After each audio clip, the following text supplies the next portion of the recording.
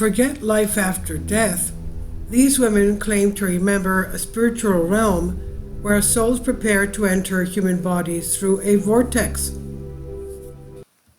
Now we know that souls come, of course, from the hands of the first one to hold us is our Lord Jesus Christ. Now, forget life after death. These women say that they can remember living in a spiritual realm where their souls were getting ready to enter a human body and be sent to earth through a vortex.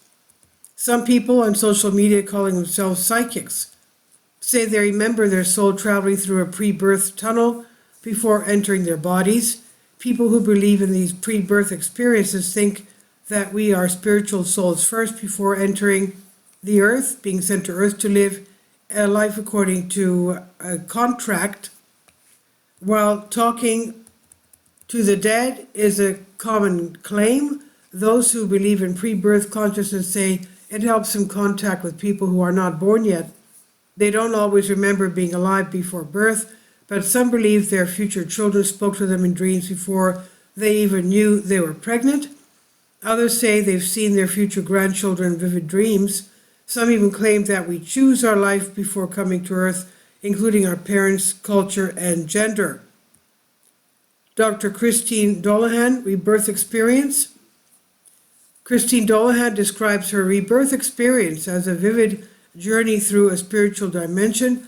She begins by recalling walking through a space that was hard to define but felt both concrete and yet not.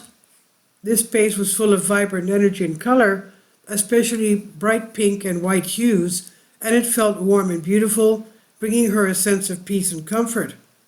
In this space, she noticed what appeared to be buildings, which she believes were training facilities for souls. These buildings were places where souls prepared for their lives on earth, studying spiritual matters, making plans for their upcoming lifetimes, she claims. That's very convenient, isn't it? As she continued talking, Dr. Dolahan felt as though she was on a path, though it was not a typical human path. It felt more ethereal and less concrete, she said. She was accompanied by a spiritual mentor, a highly evolved being who she saw as male, though she understood that gender was not relevant in this realm. He was there to help guide her through her spiritual journey, particularly around understanding and working through life's karma.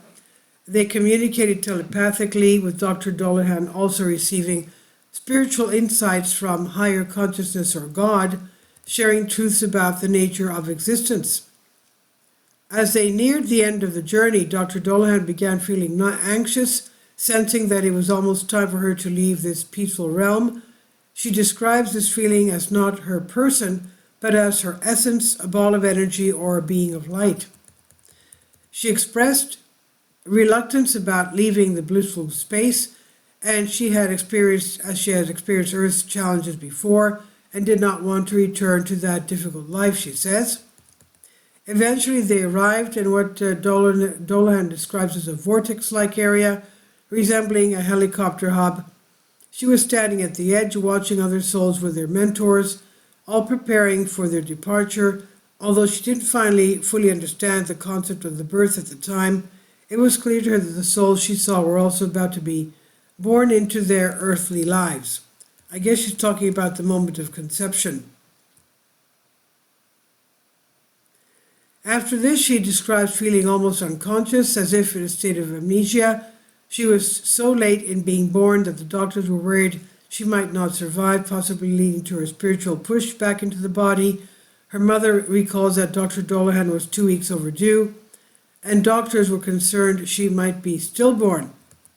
When Dolahan was born in Switzerland, she was placed in a nursery with other babies, all crying. However, she was in the middle, sleeping soundly, unbothered by the noise. And when she shared this with her mother, she explained that she was just exhausted from being in the body again and needed rest. A few days after birth, she had a memory of people looking over her bassinet, speaking to her in baby talk, which she found annoying. She could clearly hear them, even though she was a newborn, and thought they should speak to her normally, as she could understand them. After this, her memories faded into a kind of amnesia, but she had occasional flashes of past lives, she says. Well, okay, let me tell you that obviously we don't have a past life. We get one chance, and we better get it right. And this is on House and Wives by Vicky Verma. Please leave your comments. Thank you for your support. My Patreon account. The daily posts are 5 videos daily, and they are totally different from what I have on my YouTube channel. Thank you so much for your support and that you find all my content so interesting. You'll find the Patreon account details in the description box below.